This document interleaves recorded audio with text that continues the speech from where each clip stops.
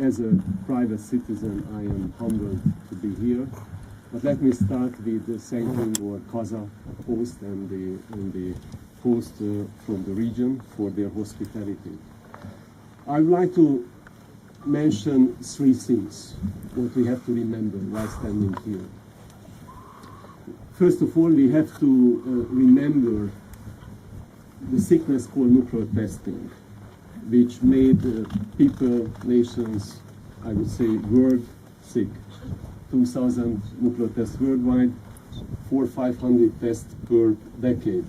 Each and every test taking away from the health of people, and each and every test taking away from the political health of the world. And we have to remember in that context that 20 years ago, after 500 tests on this site and after 2,000 tests worldwide, one country and one leader said enough is enough. The other thing we have to remember that tests were stopped 50 years ago, and in 1958 the United States and the former Soviet Union stopped nuclear testing. Test sites were silent until 1961. There was a 3 years lease of chance given. The silence was broken 50 years ago, and the testing frenzy restarted. Wrong messages were sent back and forth. Some of those atmospheric tests were 4,000 times more destructive than the Hiroshima bomb. The sound wave of that particular device traveled 3 times around the globe. Altogether, 180 tests took place in less than 16 months, more than in the preceding 16 years.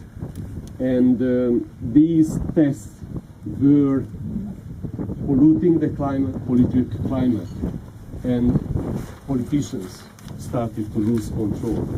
Just in 1 year, no surprise, the Cuban Missile Crisis happened. That was the closest mankind has ever, and hopefully will ever, come to what I would call the darkest of all fates. So this is what we have to remember as well. And the last thing we have to remember, in 1996, a new lease of chance was given through the conclusion of the Nuclear Test Ban Treaty.